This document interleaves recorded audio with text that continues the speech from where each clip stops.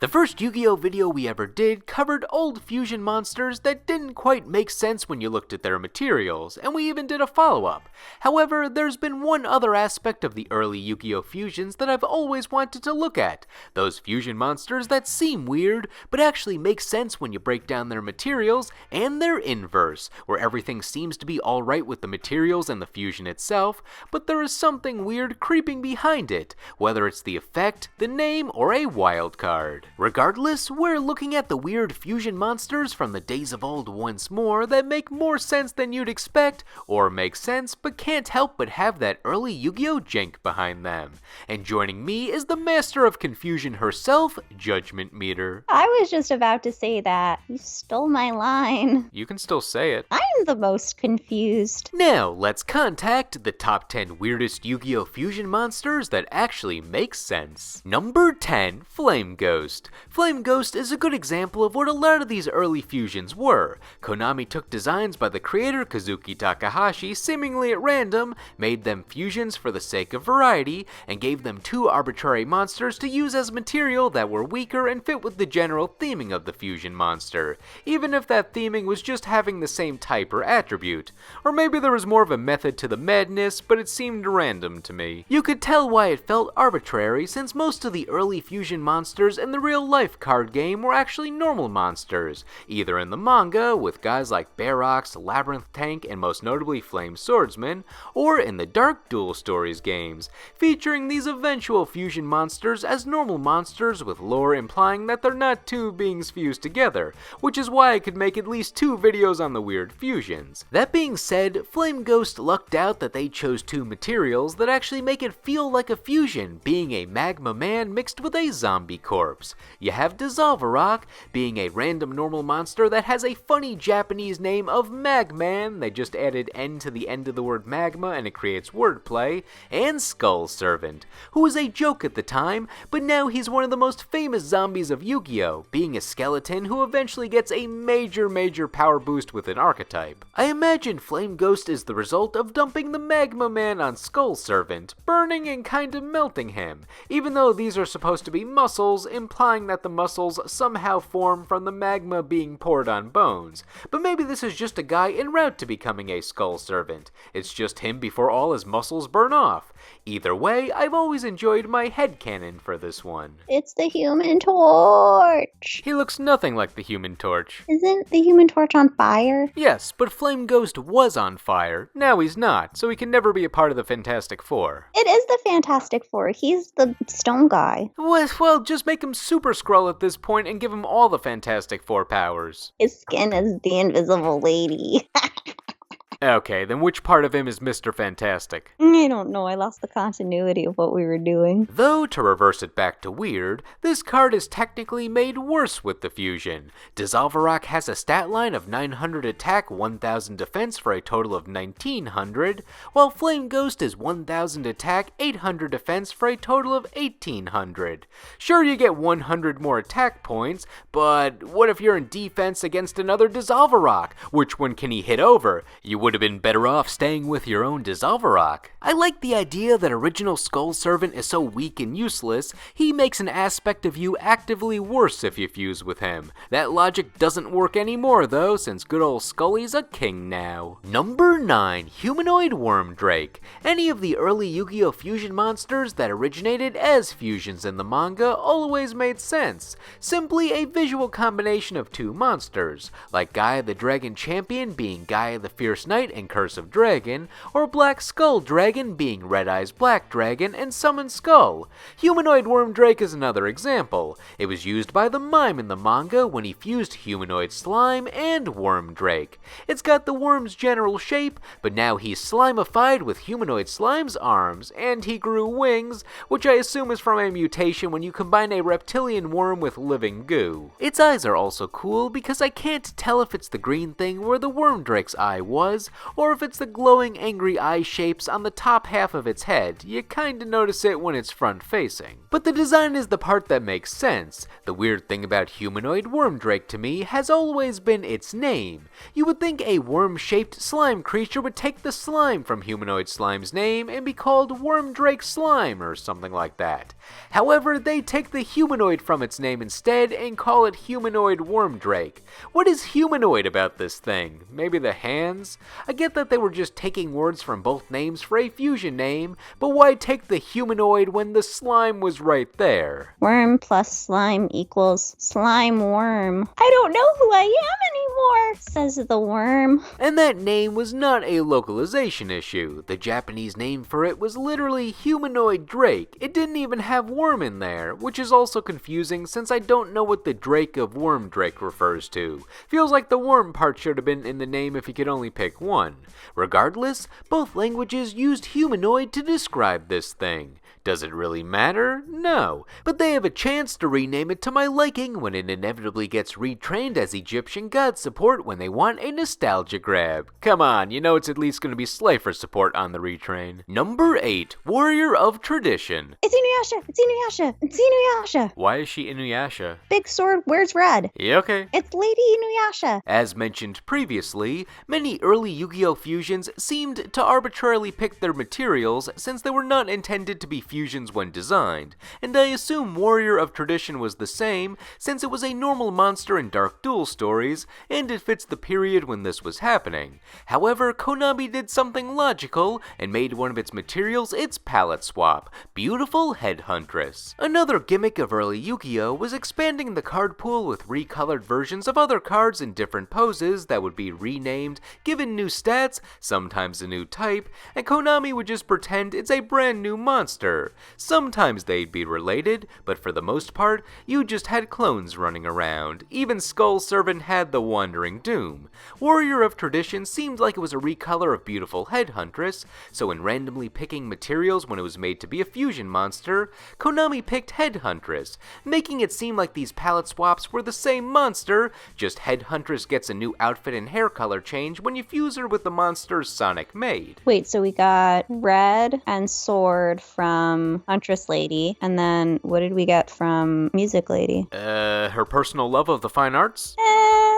I don't think we really need her. This was a nice way to give these recolors a bit of lore value, even if you had to assume it. There were a few other old fusion monsters that were also palette swaps that did not use them as material. Imagine if Empress Judge used Gyaku Tenu Megami, or if Great Mammoth of Goldfine used the mammoth his art was based on. They just took a picture of Mammoth Graveyard out of the manga and said, "You're a new monster now, kid." Regardless, it's a good pick for a fusion material relationship that I wish they did more often. However, on the topic of its other material Sonic made, and Empress Judge being a palette swap fusion, did you know Sonic Made's palette swap Hibikimi is a material for Empress Judge, who's a palette swap of Gyaku Tenu Megami, and its other material is Queen's Double, palette swap of Princess of Tsurugi. I just mainly like how this card is palette swap hell. Wow. Actually, hold on a second. Judgment meter. When we discussed Queen's Double, Hibikimi, and their fusion on our weird counterpart list, when I brought up Hibikimi, you said this. She just wants to go to bed with that scythe. Fucking love my scythe. What did you mean when you said that? For like 5 years, I've kind of wondered what all that meant. I would think that I would have said, don't effing take my scythe, but it doesn't sound like that. So it's up to your interpretation. Kinda sounds like you're saying F 'em with my scythe. Fucking love my scythe.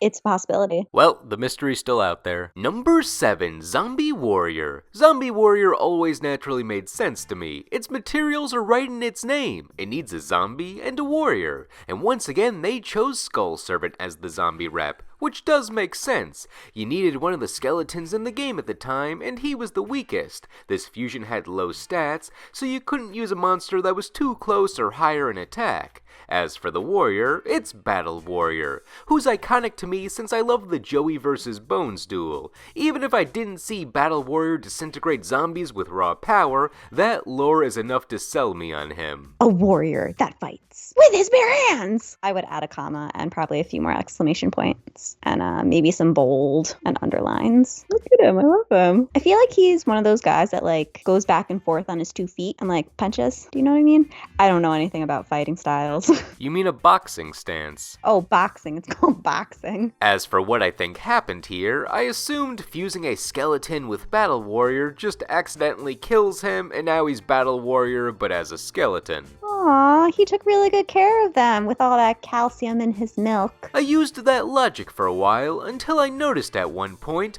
Zombie Warrior is holding a shield and sword. He's one of those Jason and the Argonaut skeletons, like Spinal from Killer Instinct. He's not using his bare fists at all. Oh my god, I thought he was holding a glass of red wine. I'm like, yeah, I hope when I die that I'll still have like the funness to be able to party hard in the afterlife. Now that I've noticed this, of all the warriors to pick, why didn't they pick any of the many that carried a shield and or sword? I think part of it was Zombie Warrior had such low stats, 1200 attack, 800 defense, and many of the weapon warriors were usually in the mid-thousands for attack, so they would have been made worse. I guess Battle Warrior was just the lucky/unlucky low-statted warrior monster chosen. However, it kinda comes around again if you think about how shield and sword was the major card that enabled Battle Warrior to beat the zombies in the Joey vs. Bones duel, so maybe if we make some stretch leaps of logic, this fusion is more clever than we thought.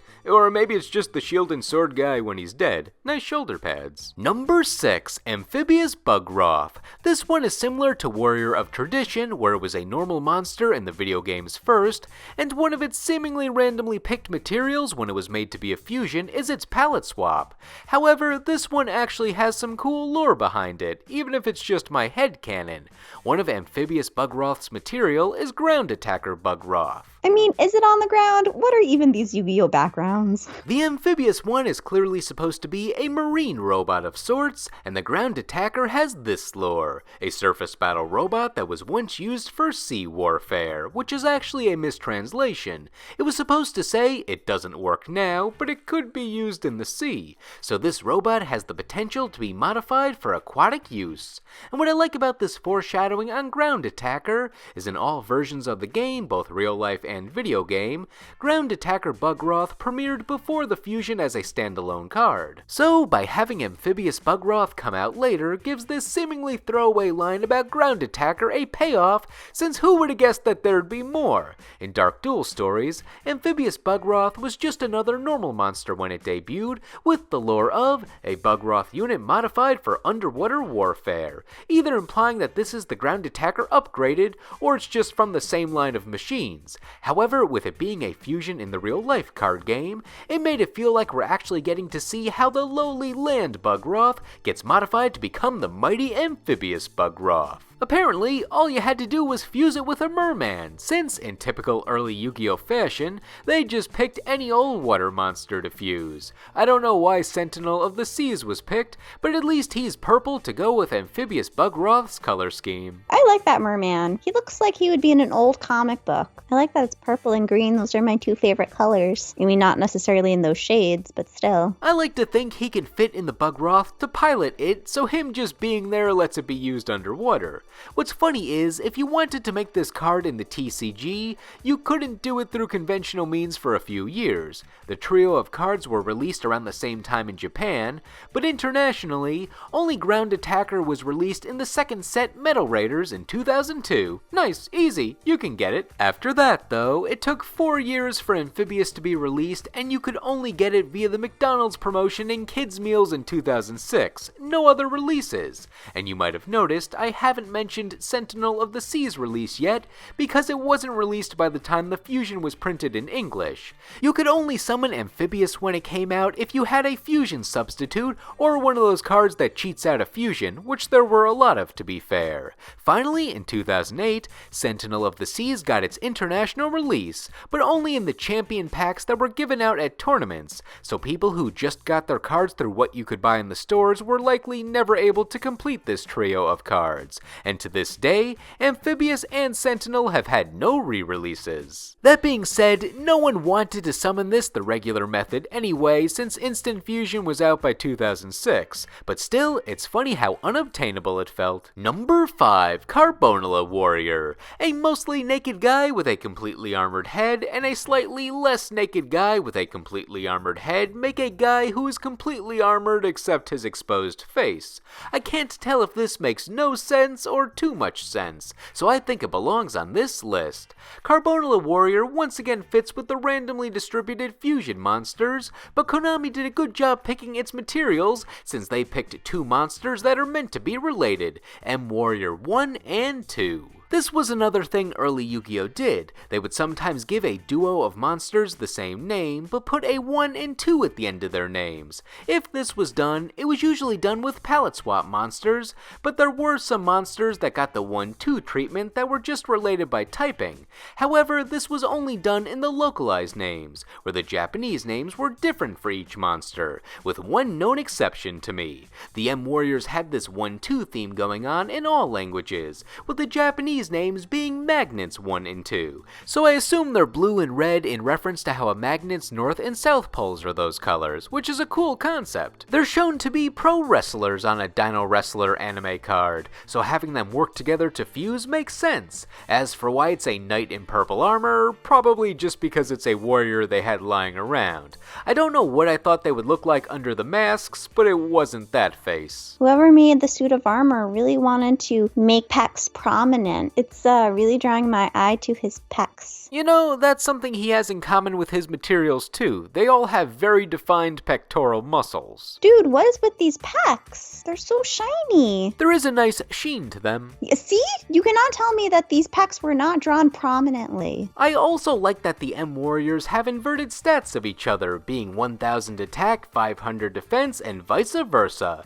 So it would have been neat if they created a monster with a balanced 1500 stat line, but no warriors existed with those stats at the time. However, it has the 1500 attack, so at least it's halfway there. Also, what even is carbonilla? I've looked it up and I could not find an answer. It makes me think of the dish pasta carbonara, or maybe just carbon? I don't know. At least this fusion makes sense by using two monsters that work together. Oh, red and blue make purple. That's what I get from my fancy expensive art degree. Since Carbonilla Warrior was a level 4 warrior, it was a good instant fusion target for years, so much so that it became the poster boy for instant fusion, literally.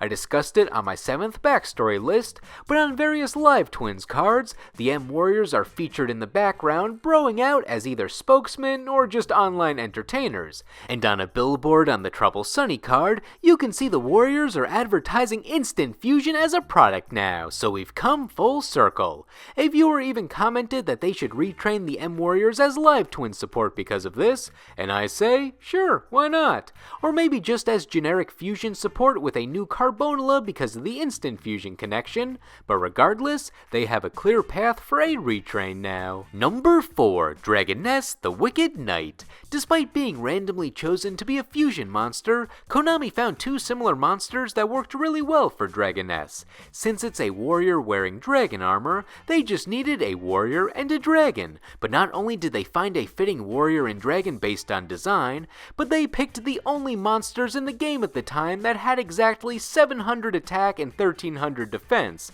Well, there was a third if you count Spiked Snail, but still, why such a specific combination? I guess it adds up to a clean 2000, but it's such a random stat line that had exactly two monsters in common with the necessary typing to make this fusion work that it accidentally makes sense. It would have been cool if there was a payoff to that stat line, like Dragoness has the inverse of those stats, but no, its stats don't even add up to 2000. As for the designs, they worked for me based on Dragoness's lore when it was a normal monster, a winged knight that gained power through dragon equipment. So with that description, I imagine this is the result when the warrior of the fusion Armail slays the dragon of the fusion, One-Eyed Shield Dragon, which is a really cool concept, and once again is likely just my headcanon. It looks like she's wearing baby dragon, which makes me sad. Also, part of it is probably because I like Armail as one of those random throwaway normal monsters from the early sets. Besides having cool armor, they have a sword that functions as a scorpion tail. This is a character I'd want to play in Soul Calibur. So my storyline is, this warrior took on the shield dragon, and by repurposing their armor with the dragon hide, our male reveals their true face and now is Dragoness. You know, you got some green in there, maybe the yellow is from a different slain dragon, and now you got a nice backstory. Our male and Dragoness are even carrying the same amount of swords to make it a feasible theory. Perhaps Dragoness is even carrying the shield off screen somewhere. How did that dragon even equip itself with the shield to begin with? Who put it on him? I assume he did? Yeah, but no hands, no thumbs. He's got a tail though. Is that his friend on the bottom left? Oh my god, I've never noticed that. This changes nothing, but I want you all to see it. Number 3, Flower Wolf. I was surprised when I learned that this one was likely one of the randomly picked fusions. Perhaps it was pre-planned in some way, but based on its release time and how many other monsters were turned into fusions after their creation, I assume it's like the rest. It fuses Silver Fang and Dark World Thorns. Look at the wolves' faces. Flower Wolf is literally just Silver Fang. It had to have been intentional. I know it's probably just because they had the same artist, but still, this feels like the proper evolution for Silver Fang. He was in the anime, so giving him a bit of extra attention with a fusion would have made sense. What other beast would they have used? The monster just called Wolf? Why did they name him that? And why does it have the same stats as Silver Fang? And why is Joey narrating it? Anyway, Silver Fang makes sense, but why Dark World Thorns over any of the other flower-themed monsters at the time? I guess it has a few flowers on it, but surely one of the plant monsters that's overtly flower-based would have worked better, right?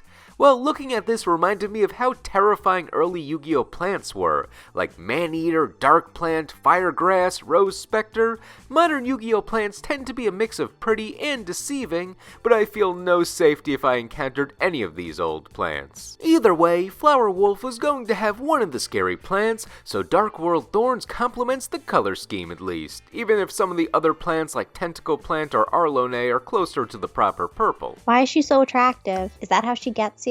Judgment meter, she's trying to lure you in to kill you. It has a flower tutu. Why didn't you notice this when we spoke about her counterpart Rose Spectre of Dun on the other fusion list? She must have some crazy flexibility not to touch any of her own spiky thorns. Yeah, just say something about Flower Wolf. I wanna pet it. Number 2, Elemental Hero Mudball Man. Finally some monsters that were not a part of that randomly picked fusion class. The early Elemental Heroes set the stage for how fusion would be revamped.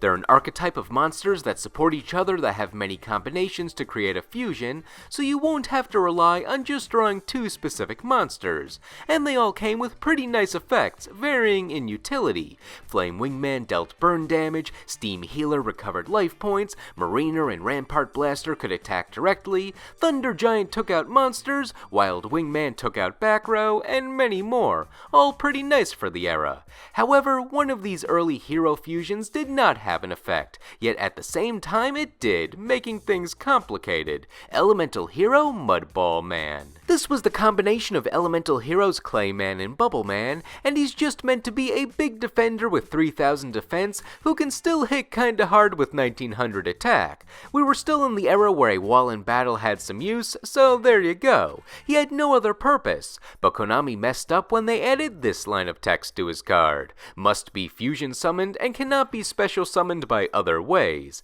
I guess they were afraid that monsters that could cheat out a fusion would make the game too broken if you just got 3000 defense off the bat, so they slapped that restriction on him. And by adding that line of text, it counted him as an effect monster, despite the fact he does nothing. So Mudball Man became known as the effect monster with no effect. At the time, this didn't really matter, and even so, it probably wouldn't matter today, but there are more cards now that specifically support non-effect monsters, including Ready Fusion, which lets you summon a non-effect fusion monster level 6 or lower for 1000 life points, so who knows, maybe that would have given Mudball Man new use as an extra body in modern hero decks. However, by giving him that restrictive effect, he'll never get to see any extra potential, which is kind of a shame. I've always liked his design. The bubbles of Bubbleman mixed with the clay of Clayman, and now now he's just a big old pile of mud. He's silly, I like him. How can you hate on this design? Mudball man. Mudball man. Mudball man. Dumb. Oh my god, that's right. Sorry everyone, Judgment Meter is like the biggest elemental hero hater in existence. I'm doing my best to influence her otherwise. I do appreciate that his Konami orbs are blue, or the water. Why don't you ever compliment Bubble Man like that? For the water man. Look at that smug dirtbag. We should rate the elemental heroes to see how much hate we get. I don't want that. Plus there's like 50 elemental heroes. That would take forever. Oh wow. Okay, top 10. For number 1, we went with the card that felt like it was the most requested of what we left off when we did the original Weird Fusion list back in 2017. However, it was a card I always found to make sense, like a lot of sense. So that sounds like the disagreement that makes for a good number 1, Sandwich. Sandwich is the fusion of Sangan and Witch of the Black Forest. If you ignored everything else about these monsters and just based your reaction on the designs, I could see some weirdness. Sangan, a little three-eyed demon critter, and Witch of the Black Forest, who's more humanoid with a third eye and fluffy ears, turn into like a priest with clothing not resembling the witch's clothes, and it mostly looks like it took from Sangan's features, with the witch mainly giving it a more human-shaped body and maybe some magical abilities. I don't know where he got the Hatter staff too, but it's there. The third eye on the hat could be from either of them. Also, another Sangan is there for some reason. It's baby Jockin. I love him. Look at that little baby playing with his teeny tiny toesies. Oh, love him. He should be number 1. Screw everyone else. He is number 1. He is so freaking cute. I hope he knows that. Wow, look at him twiddling his little thummy thumbs. So yeah, this could have just been a creature in the Sangan family tree without the witch fusion. They could have added more witch in there to make it feel more like a true fusion. However, the logic of this fusion is all in the materials. These are pretty famous cards, but if you don't know, Sangan and Witch are counterparts. When Sangan is sent from the field to the graveyard in any way, he searches any monster with 1500 or less attack points, and Witch has the same effect but with defense. They both came out in the second TCG set, Metal Raiders, and they were staples for years, even spending some time on the ban list until the game sped up and they're all unlimited now. So this was more or less a meme for the creators to fuse together some famous counterparts and see what came out. It's also funny if you fuse this monster when both materials are on the field, you get both searches, but that's likely an inefficient use of resources. Still, I love the idea behind this card. This came out in the set Soul of the Duelist, which was towards the end of the first series of Yu-Gi-Oh! I like to call this the first real era of fusion, when the fusion monsters were no longer randomly picked, and the fusion designs were actually based on their materials. Many even had effects. These were cards like Ryu Senshi, Reaper on the Nightmare, and Dark Bolter the Terrible. And the effects were good, like spell and trap negates. So Sandwich's effect was, well, it had none, but its attack and defense were the sum of both of its material stats, which is rare for fusions. And I'm sure people have noticed the name by now. What a wonderful pun that uses a syllable from each material. The Japanese name is equally as fun of a combo, being Critchy, with Sangan's name in Japanese just being Critter, and Witch being pronounced Witchy in Japanese. My final note is I always felt like this card was involved in a test to see if Sangan and possibly Witch would be good mascots for the series moving forward, with this being printed in 2004. They were iconic early on, but Sangan had that marketable plushy vibe to him based on him appearing in a much cuter form on Sandwich. After this, Konami released cards from time to time featuring a storyline in the artwork involving Sangan and how he went on a tour in the underworld, but he boarded the wrong bus, it got hijacked, and then he was mistakenly arrested. The card mistake is such a sad card because you see he was going to be so happy if this didn't happen. I covered it on my original monster card backstory list. The last card that came out involving the story shows Sangan sharing a cell with Witch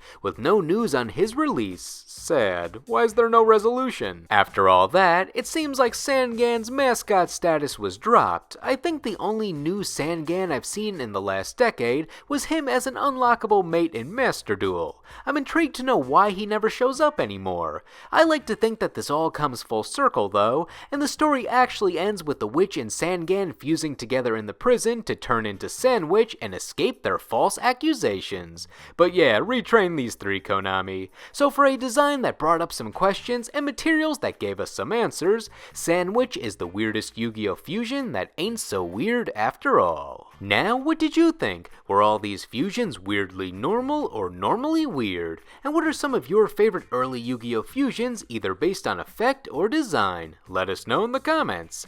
Anyway, thank you all for watching, and we will see you in the next video.